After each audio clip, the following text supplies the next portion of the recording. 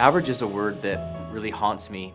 You know, I think the thought of living a safe and normal existence is something that I just don't feel like we're called to do. I feel like as humans we're called to live at the greatest versions of ourselves, and it's something that I really struggle with, because I think, like so many people, we get stuck in the day-to-day grind of life and just existing, that it can be a tough place to sort of be. And for me, I think I've struggled with, you know, my mental health over the years through things like depression and anxiety that have really plagued me. Through running, I've found not only an outlet for relief, but a new understanding of what we're capable of when we take both our mind and our body beyond its perceived limit.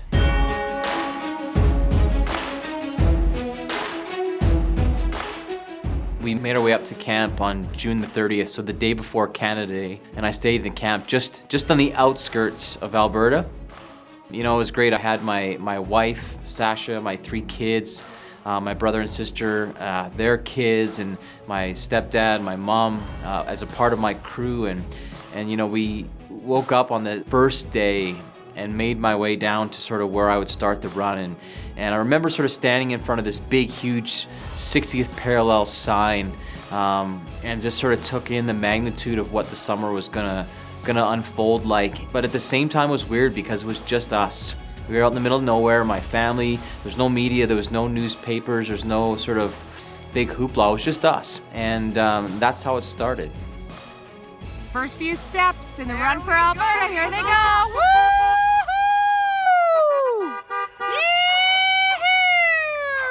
So it's day 1 on the journey. So first of all, I just want to say thank you to everybody that has been a part of getting me to this point, and it's exciting. I've been super anxious for the last week, really wanting to get here and get started. It's taken us 2 days of full driving. Probably spent about 18 hours in the car, and so we're ready to get going. This is going to be an epic run, and I know I can't race this like I normally would back in, you know, a marathon situation. I know I have to be conservative. I have to realize that this is 38 back-to-back marathons for me in the summer. So I can't go leave it all out there any single day. I have to be conservative. I have to be really smart about how far and hard I push my body day to day, but also knowing that I have a deadline. I have an end goal in mind for this. Less than 0.5% of the population has run a marathon. So, how about 38 marathons? How about 38 marathons in 60 days?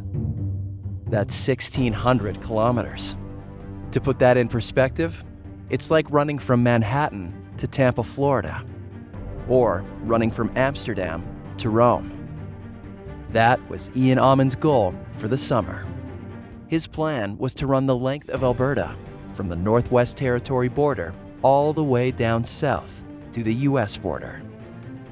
As a marathoner, Ian has been transformed not only physically, but mentally, often seeking out running as a way to cope with his own personal struggles with mental health.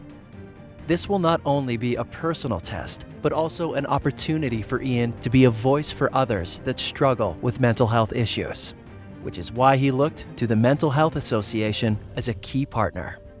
Ian's enthusiasm around promoting mental wellness and tying that to this really grueling challenge made us think that this was a great partnership. When Ian told me he wanted to do this run across Alberta, I can honestly say that the idea didn't surprise me. He's always been a big dreamer and always had big plans. My first thought was he was a little bit crazy, but then I thought about it for a while, and it didn't surprise me because Ian is always challenging himself, and that's one thing I truly admire about him. It gave my heart a few palpitations on a very positive side. One of the things that I have espoused for a long ways, I heard a saying, and I think maybe it was from Harry Truman, who said, "Set no small goals, they do not excite the hearts of men." And Ian set some very high goals in undertaking this venture, and it is exciting a lot of hearts of a lot of people.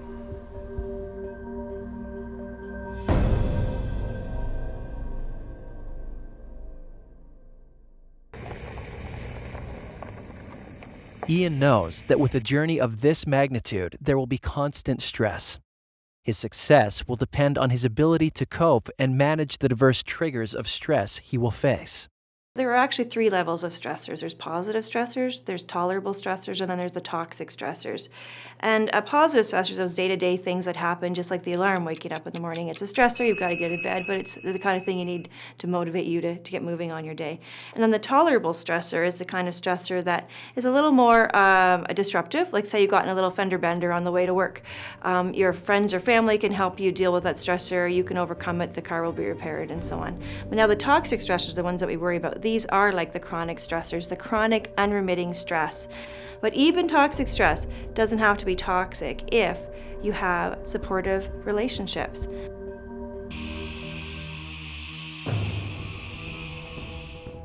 I've never experienced horseflies. Being from southern Alberta, we see them every now and then, but up in northern Alberta, they are thick.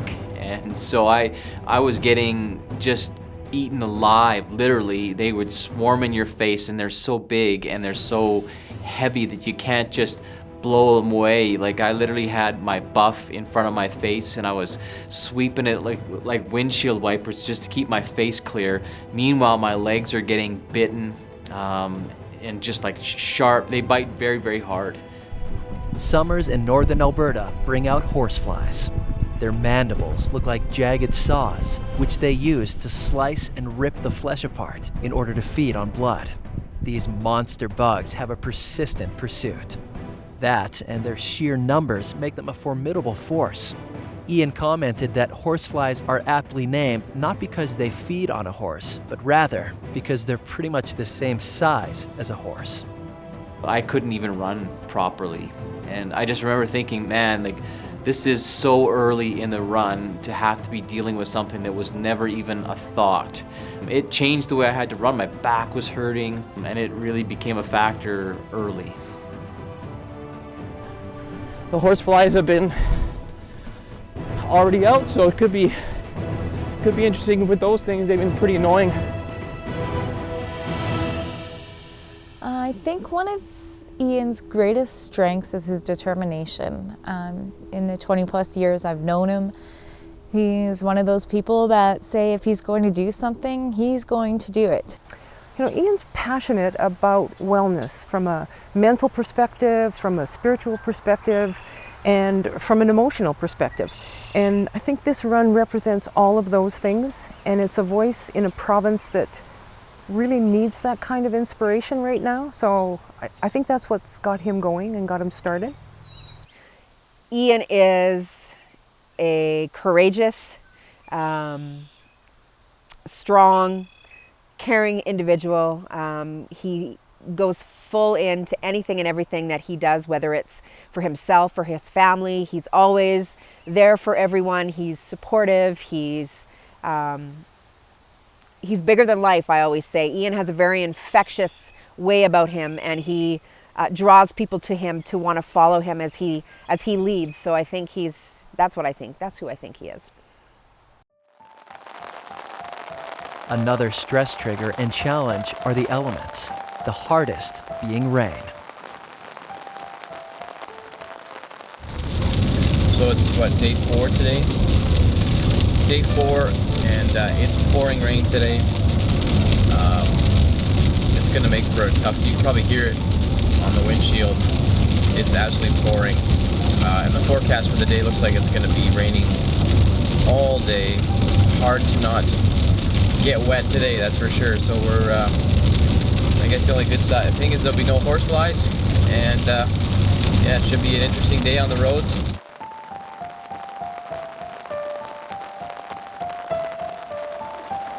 Rain, however, becomes even more difficult to be seen in, so I have to be on my toes. The shoulders of most of the highways I'm on are super narrow and not giving me much room to move before dropping into a ditch. And that would mean, you know, a twisted ankle or potentially worse. So it's really tough when it's raining. Beyond just the safety on the road, rain is a big challenge as a runner. Being poured on for 4 to 5 hours straight, you know, makes your muscles tighten up, and And I find it's really changing my running stride. So I'm stiff and I'm sore from being hunched over. My feet are soaked, and blistering is a very real problem running through the puddles. So I have to be sure to bring as much fresh gear as I possibly can and make sure I'm taking care of my feet. In hindsight, the rain is actually something that helped to get the message out, because people seeing me out there just getting hammered by the rain, and it poured, and seeing me out there, I think people realized that it wasn't just a guy out for a Sunday run. They knew that there was something happening, and I remember getting all sorts of attention and waves from people as they went by, knowing something was up. It was such a huge family event this summer, and I really enjoyed sort of being able to experience that through them and have them there for me, because it was really great after a run to come back and be surrounded by the support of a family. The hard part became the amount of time I had to spend after running preparing to go again. And so heading back to camp was often really about recovering and working on anything that was hurting me, foam rolling, getting massaged, getting some calories in, eating, rehydrating, resting, and so it became really difficult. I in some ways I wished I could have spent more time just sort of camping and just relaxing, but I really felt like I spent so much time and energy just getting myself ready to go again, because it felt like in a blink of an eye I was getting up the next morning and off to run another time.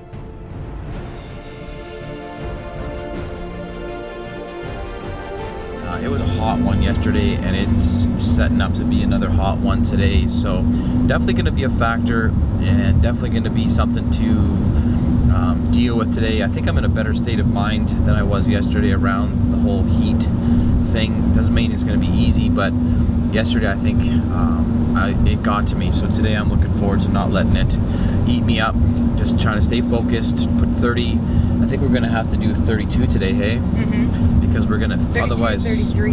Yeah, otherwise we're going to finish right on a big hill.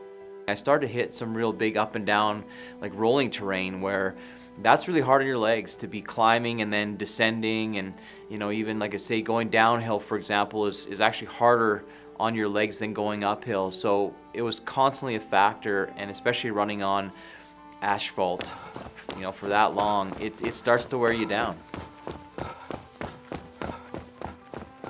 The challenge of running on the highway was really, there was a lot of different variables that I had to face, and running flat for the first couple weeks was great, but in the same time the road slopes just a little bit, so I'd spend as much time as I could trying not to always run on the same slant, and so there'd be times when I would zigzag back and forth between the lines just to make sure that I wasn't always at the same angle.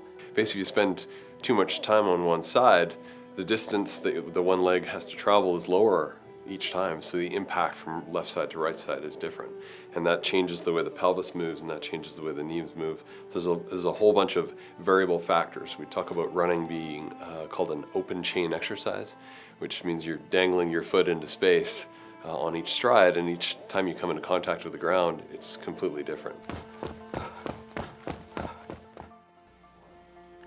It's hard to plan for so many variables in the run.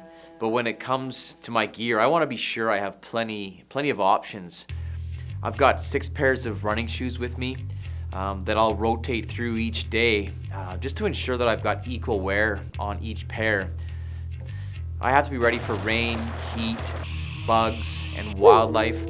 And I actually have a bear spray can and an air horn on the bike with Chase. From a nutritional perspective, I'm bringing a ton of water with me every day to sort of ward off dehydration.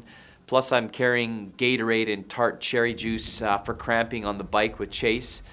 Most days I take 2 breaks where I'll jump in the car with Sasha just for a few minutes to eat a Cliff Bar, maybe a banana. And at the end of the day, Sasha will have a protein shake ready for me as soon as I finish. And on those days when he came back and he was hurting and you just knew he had a terrible day, it was very low, because there's nothing other than an ice bath that we could do, And that was the worst thing that he wanted, or the hardest thing for him to do, I think, was to come back after a hard day and climb into an ice bath. The first thing that I have waiting for me when I get back to the camp is an ice tub. You know, this big, nasty ice bath. And it's something I did after every single run, whether it was raining or hot or whatever. And it was something that I needed to do to repair my legs and speed up the ability I had to recover. And jumping into that tub sucked. Mentally, you really have to be willing to make sacrifices that other people won't make. And you have to be willing to push yourself out of your comfort zone if you want to break out of sort of the mold that you're stuck in. And the ice bucket for me was one way symbolically that I could do that day after day, whether it was the first day of being able to barely sit in there for 5 minutes to doing it over and over until I could sit in that thing for 20 minutes every day, knowing that not only physically, but mentally I was getting stronger by what I could develop in my willpower to suffer through what it took to get it done.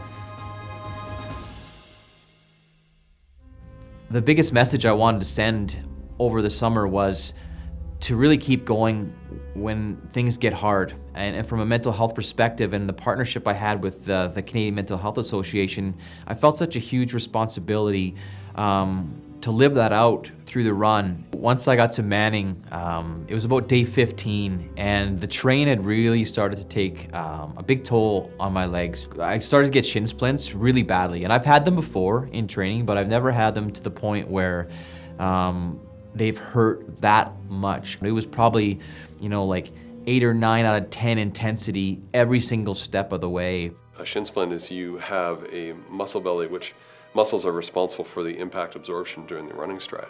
So when you're hitting the ground, the muscles contract to be able to absorb that pressure and keep it off of the bony surfaces. And what can happen is when it's frequently impacting, frequently contracting at a really high rate, the muscle can begin to tear a little bit or can start to get some inflammation around it, becomes sticky, and then it starts to grab onto other things in that area, including the front shin bone or the tibia. And then what happens when the muscle's moving back and forth, that friction and that constant pressure or that constant trauma starts to manifest into pain and disability. On the start of day 16, Ian was masking the seriousness of his injury, afraid to let down his team, fearing that he would be forced to stop. I could tell that his running stride wasn't quite like it should be. He was quiet, and after being with him for 21 plus years, that's not normal for Ian. My plan was to walk, at least to walk for the first little bit and just keep going, keep moving forward. And I only got about 6 or 7 kilometers down the road before I just couldn't take it anymore. My legs were just killing me. I just knew that 8 hours on the roads was not even close to possible. So I jumped back in the car with Sasha, and I remember sitting there for a few minutes just because I was really scared of having to go and see somebody because I was so fearful of the worst news, and the worst news would have been a stress fracture. This was the first time that the run was in jeopardy. The nearest hospital was in Peace River, about 45 minutes away. It was a long and quiet drive. With emotions swirling, both Sasha and Ian contemplated the seriousness of the situation, desperate to find a way to keep moving forward. So we pull up to the hospital, and I look at him and I said, well, I'm just gonna wait in the car. I'm gonna let him go in. Just knowing him the way I know him, if it is bad news, he's gonna need to process that himself and just absorb it all, and then we can work through it together. I got taken in for an x-ray and got contorted a million different ways, got x-rays of my legs, and trying to get a cue from the x-ray technician if something was wrong. She wouldn't sort of give me anything. And so I went back and I sat and waited, and I was just ready for the bad news. The first thing he said to me that I really sort of listened to was, "Your bones are fine." And I just remembered the amount of relief that came over me. He just sort of said to me, "How far have you gone?" And I said, "Well, it's been almost 500 kilometers. And when I said that out loud, it was like, "Yeah, you've ran a long way," and I hadn't really had much of a break to that point. And he said, "Just take a couple days off." So when Ian came out of the hospital and towards the car, I was trying to get a read on him, and I'm sure my face was just like, what's going on? And trying to get a read from his face. And he was looking down and walking to the car, and I'm thinking, oh no, it's over, it's done. And he opens up the door, no eye contact, gets in, he's looking down, and then he puts his head up, big sigh of relief. He's like, we're good to go. One of the things I've learned about, being mentally well is the importance of talking about it and sharing with those around you what's going on. And what was really sort of amplified and sort of really hit me in that moment was I was actually living that exact scenario as I was dealing with the pain.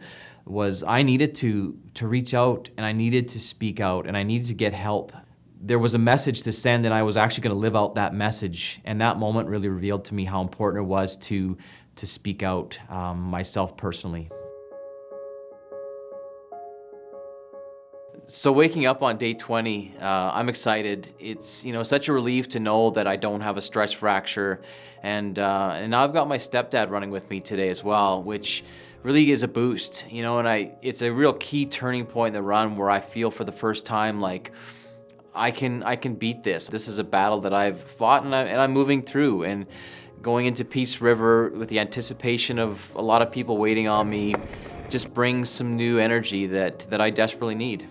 The Canadian Mental Health Association does have a strong focus on workplace mental health, and particularly here in Alberta, as the price of oil began to drop and we started to see massive layoffs across the province. Headlines in Alberta documented the horrible human impact as the economy crumbled and jobs disappeared. Demand for mental health services increased, with a 30% jump in suicide rates. Suicide is consistently a leading cause of death among Albertans, of which 75% are men. This is a problem that needs to be addressed. So suicide is anger turned inwards at the self. That person that has suicidal thoughts, they are self-loathing, they hate themselves, they feel that they're not worthy, that there's no hope. So that's really important to recognize. And, there's a lot of reasons why people may have suicidal thoughts, but the leading cause is depression.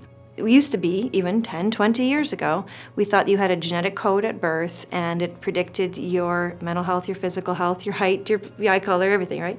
We know now that the environment that you're raised in changes how those genes are expressed. And the environment you're raised in means the relationships you have. As the impact of Ian's run started to resonate across the province, people from all walks of life reached out to share their stories with Ian and the crew. One particular story that left a lasting impression was that of Curtis Marshall. What we're doing today is getting to see a skate park. Chris and Brenda both have a strong connection to a gentleman by the name of Curtis, and he took his life back in 2010. Yes. And they have been working for 6 years to bring this skate park to life for him. I still remember to the absolute second where I was when I found out. I remember exactly how I reacted. Yeah. Tears, and that was it. But from that, it's turned into something so much more. A lot of times you don't always get to see the impact of your life. The analogy I've used with people is it's like kind of throwing a rock into a pond. You'll leave a ripple, and sometimes you don't necessarily get to see how far that ripple will go. And what I always challenge people to do is, you might not be able to control, everything in your life and all those things, but you can control how big of a rock you pick up and throw in. Yeah. You know what I mean? And so you guys are throwing some big rocks out there, and you're making sure that ripple gets out there. The biggest way to get over the mental health issue is to talk about it. Absolutely. And if you're not going to have a discourse and not going to be able to talk about it, then nothing can be changed. There's no reason to suffer. You don't have to suffer. There is help available, and you can get better, and that's the good news. It's day 32. It is August the 1st. We are more than halfway done. We are just outside of Mayerthorpe, turning south today on Highway 22, so we're heading towards Entwistle. Pembina Provincial Park is where we're going to be moving camp today. We're moving off a 4-lane highway to 2-lane highway today, so that's going to be a bit of a change up as well. And we suspect it'll be pretty busy on the roads. We have a new partner in the car.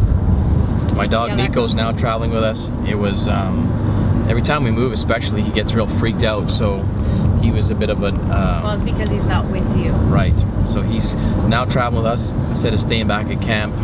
Really freaked him out every time. So he's come with us today. So he might even get out and run a couple kilometers with me if the roads are safe. We'll see. He is a running dog. He is a running dog. I'm always looking forward to my days off because after running for 6 days straight, your mind and body starts to break down. Knowing my kids had sacrificed their entire summer to follow the run, you know, I'm trying my best to give them a fun time and also experience Alberta in their own way. And part of my goal with them over the summer was to get them off their technology. Our life back home moves super, super fast. And so being able to slow down and even just to be a part of nature provides, you know, an overall benefit to your mental health, which is part of the awareness, you know, I'm trying to create with this run. And as parents, it's been funny. Sash and I have actually been really surprised how easy it has been for them to adapt. My biggest challenge on recovery days is being able to turn off my mind. I can never really fully disconnect from the run because I know I have to get myself refocused quickly. I'm usually trying to nurse nagging injuries. And in my runner's mind, I'm hypersensitive to all the little discomforts that are going on in my body. I know I'm gonna hurt, but the new issues that I'm experiencing that I've never dealt with before throw me off. And you know, I have no experience with such extreme mileage. In the past, I would normally just, you know, ignore pain and run through it. But something of this magnitude, I know that if I don't take care of it, it can turn into something bigger.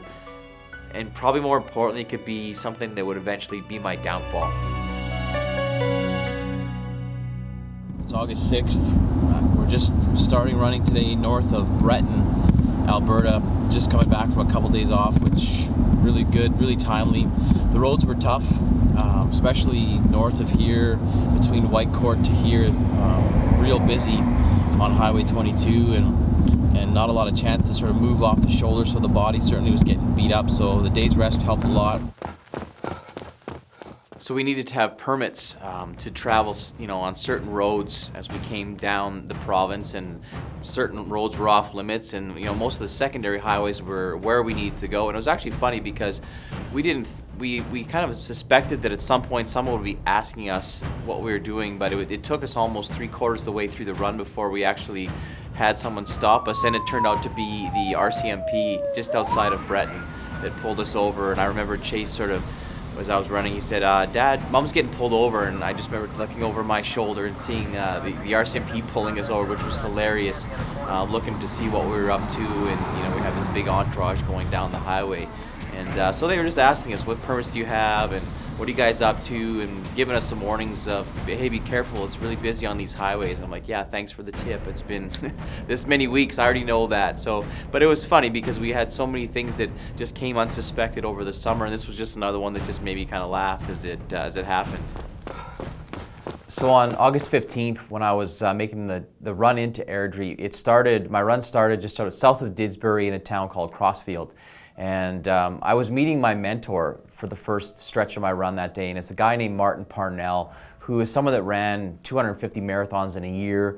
He's a multi-Guinness Book of World Records holder, and just a crazy endurance athlete that's done some very unique challenges. So he had given me some advice before my run, so I was really excited to meet up with him that morning because it was, you know, I had come through such a long season of running over the past several weeks, of being in isolation, sort of getting beaten down from the run. The body and the mind was really very fragile. So I was really excited to have Martin join me. And it was funny because when we met at the gas station in Crossfield to start, he said, why don't we grab a coffee? I think he almost knew that I was hurting. He looked like he was having some challenges, even just the way he was running, his stance, just his gait. Not too many people could understand what I was going through. You know, I kind of totally understood what he'd been going through. It's amazing, this 30 plus K a day, on and on and on. It takes a huge toll. It takes a toll on the body, but also a mental toll. And it comes to a point where you sort of lose track of time.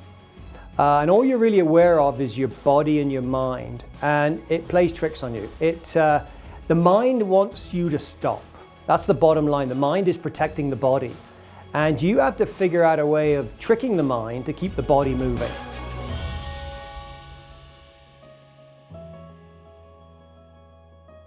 You know, making it into Airdrie was such an exciting day for me, and it was something I visualized for a long time. You know, it's when I was, you know, thinking about this run and sort of preparing in the months and years sort of leading in, I just pictured what it would feel like to come into my hometown. And I just remember coming in, I couldn't hardly say a word, and I remember saying to Chase as he was on the bike, I said, this is what we're doing this for. You know, this is really what it's all about. It's not about the run, it's about doing something that you don't think is possible. And that was the message I wanted to send. Put your mind on something great and go after it. So we entered into Airdrie, and there was hundreds of cars backed up, and people alongside of the road that were cheering for me, and it was such a huge, uplifting day that sort of rolled out exactly as I had pictured it in my mind, and actually even better.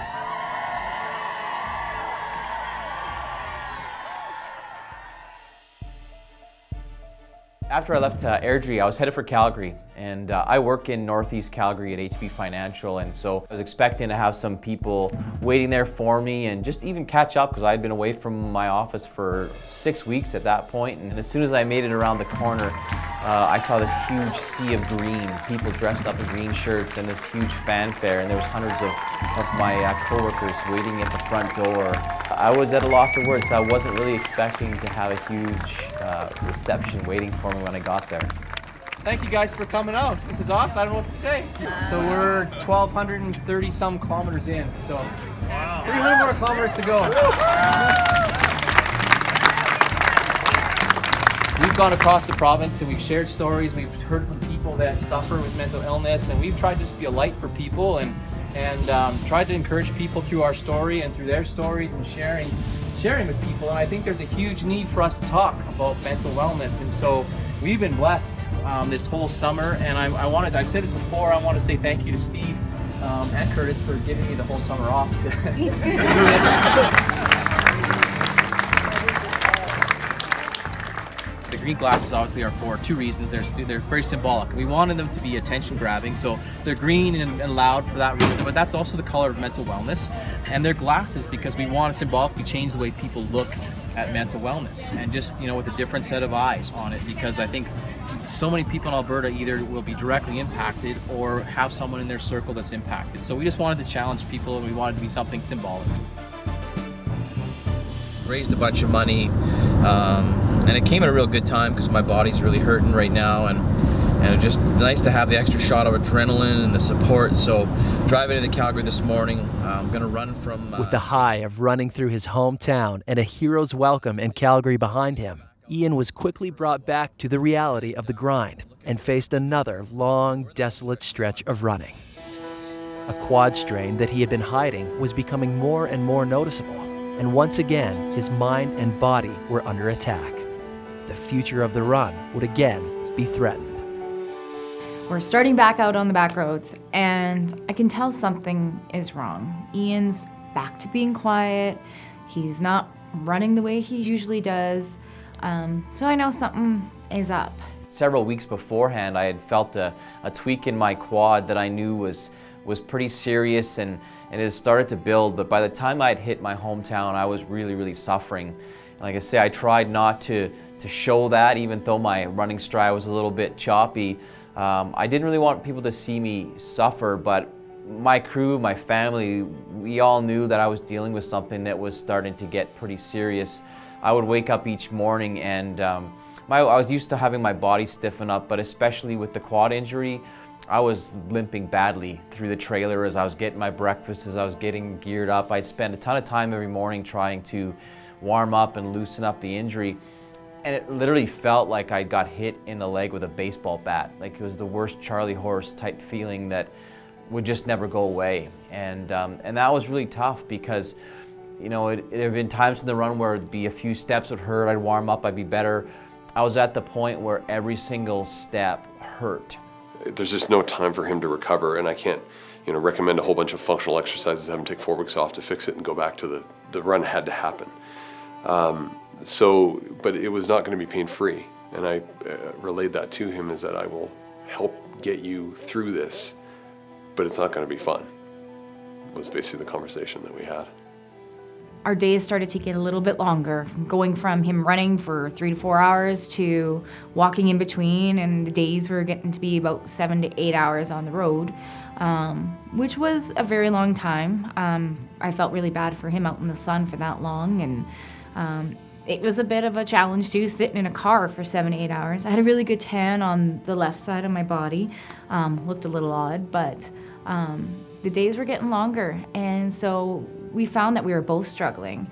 And I remember just mentally being defeated and physically just hurting. I turned back and I jumped in the front seat of the car with Sasha, and I had the door sitting open, and I just was just scrambling to figure out how in the world am I going to get another 15, 20 kilometers done on that day. And I had to break it down to just small chunks. I remember just, lifting my head, looking down this forever highway and seeing a tree line, and I just thought to myself, okay, just get to that tree line, and if it still hurts, then quit. And before I could think twice, I just jumped back out of the car. I think I surprised Sasha, and I got back to work, and I made it to that tree line, and then I set my sights on another tree line, and I just continued to chip away on that day and finish. And I remember that being a very sort of key turning point, especially during that really difficult time of, not getting so hung up on what your end goal is, but just breaking it down into small little chunks, one step at a time, one tree line at a time. And that's one of the reasons I actually survived at a very, very tough time in the run. Part of my role as a chiropractor and a health provider for people is to provide some hope. And when Ian came in, there was little of that. There was some, but there was worry. He was really concerned that this was not going to go as planned. And I think he didn't want to suffer for the next couple months either. The concern was palpable when he came in. I think there was a little bit of desperation, and he was willing to try pretty much anything. What I wanted to do was be honest with him and make sure that I let him know that this is an issue that's not going to completely go away for you.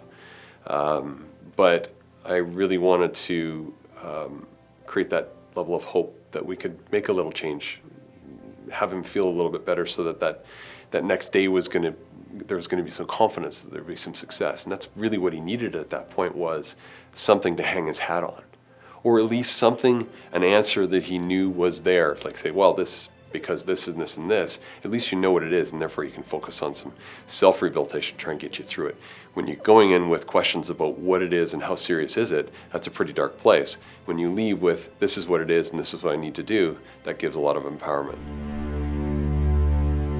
The last major stop on my route before getting to the US border was Lethbridge.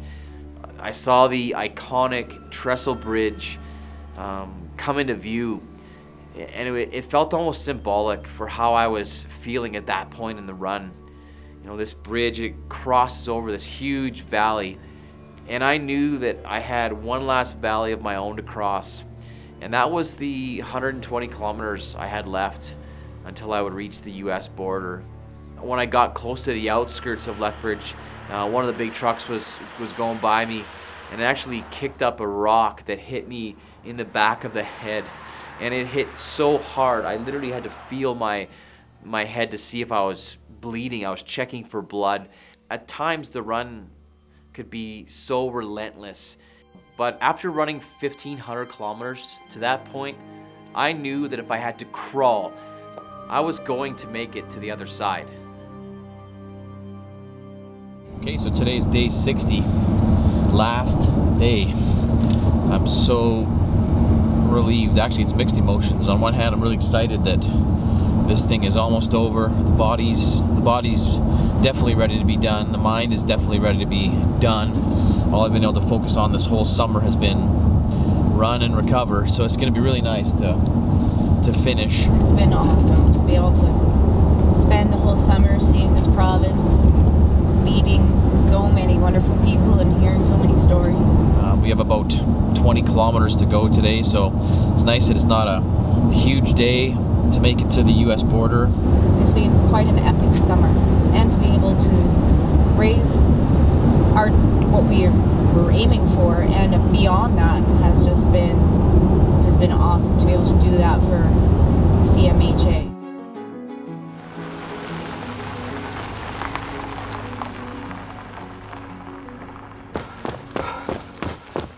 It was just such a powerful day for me. I knew, like, having just 20, 25 kilometers left, that I would make it, and I knew no matter what happened I'd get to the end. But it was just so emotional to really think about those things, and the injuries I'd come through. I was still hurting. My body was still, in a lot of pain, and it was just a relief almost to be there. And I had gone from sort of wanting to survive to now I wanted to savor that last day, knowing that it was going to be a blink of an eye, and then the whole thing would be hopefully finished.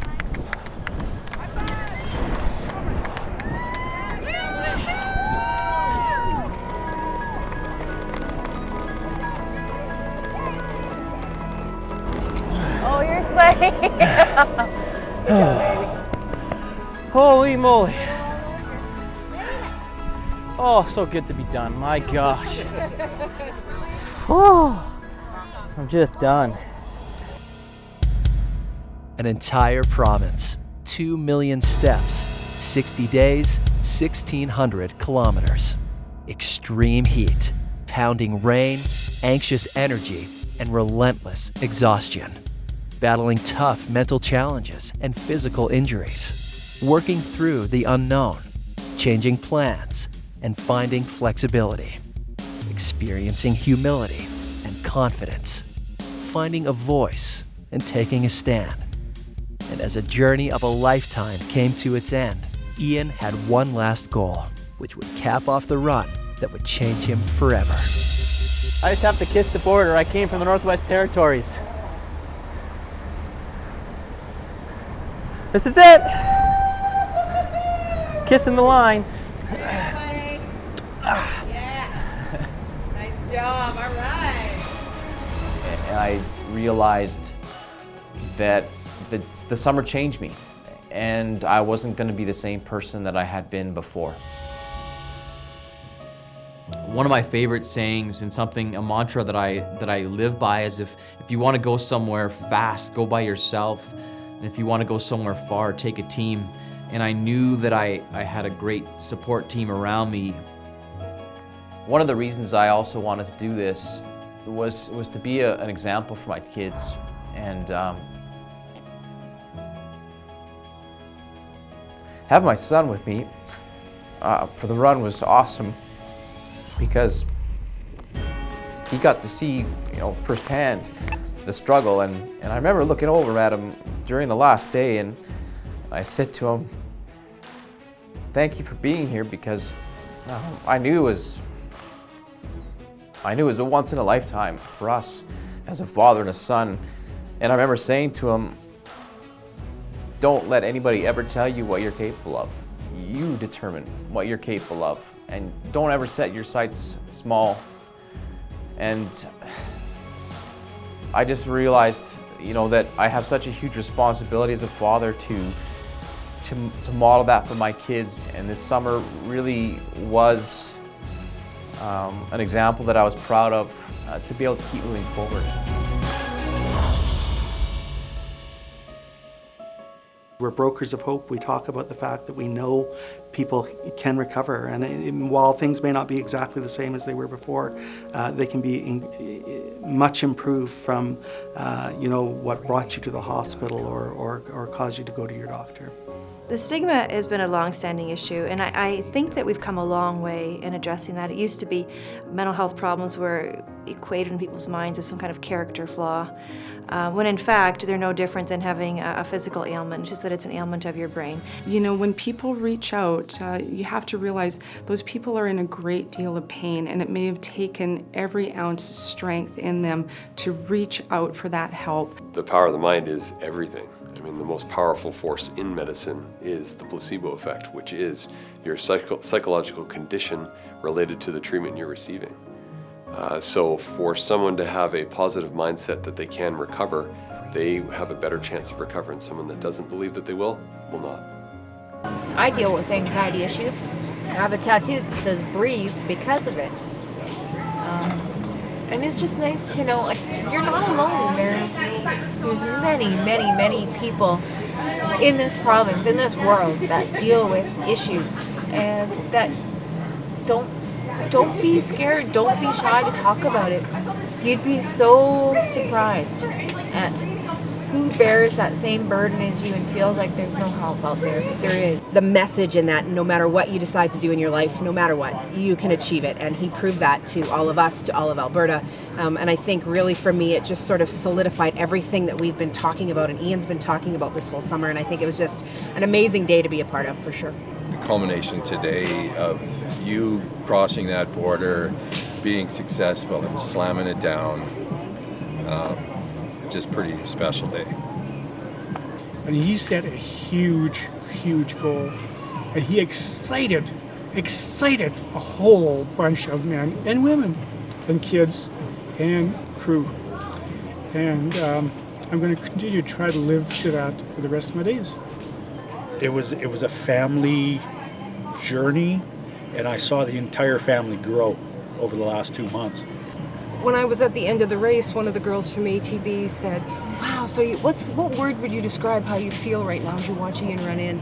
You know, I couldn't say a word. I was just so emotional to think about everything that's been accomplished this summer.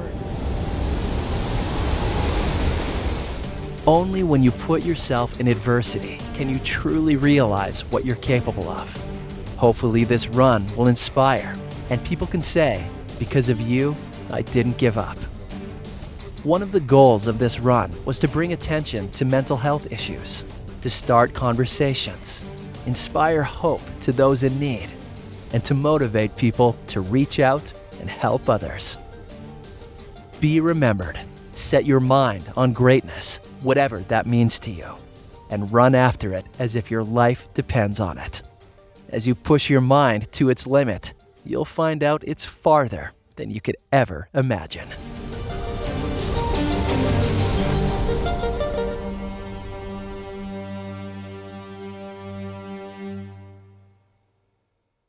Today was the last day. Today was the end of an epically long summer. Okay, last question.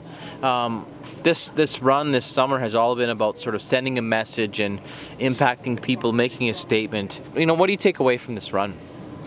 There's a few things I take away. It's just one thing is that even though you're one person, you can do so much, like running across Alberta or biking across Alberta. And another thing is everyone has something that they need to tell someone, right? Whether that's personal story or health issues or something like that. Everyone has something, and that's what we were trying to do, reach out, have people tell us their stories, and so yeah. Cool. Last thing, is there anything else that you just want to say? I'm kind of glad it's over. I get to go sleep in a warm bed now in a hot tub, so that's going to be good for the next few days before school starts, so yeah.